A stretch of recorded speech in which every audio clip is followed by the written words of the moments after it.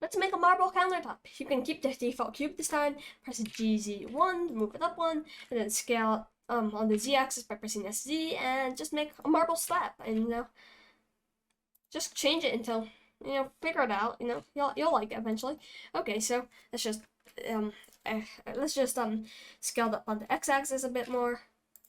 That's good. I like that. So now let's go on to the texturing process. So you go to the shading, preview shading. It does not look like marble at all. It's just white. So let's just go to the shading tab, and this is a texture tutorial. So basically, what we're gonna do is add a texture, and let's do, I like a noise texture. So let's do noise texture, and then we can add a color ramp, and that will help us change the contrast until we like it. So we can plug the factor into the factor, and then plug the color into the base color.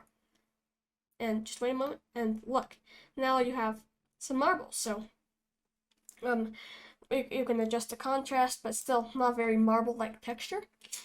So what you can do is just pump up the detail. You might want to push this down a bit. Just change. You can change it until it looks like marble. Something you want to do is turn down the roughness on the principal BSDF, and turn up the specular. And now you have your slab of marble, and you can change the roughness to like weird marble or good marble. You can make it even better by doing that, and that is the kind of texture. It looks real, Okay, and hey, this is going too far, but let's take these two things and duplicate them by pressing Shift D, and let's move them down, and now we can plug the color of the color ramp into the roughness. Okay, so it's not shiny anymore, but that's why we need to change a couple things.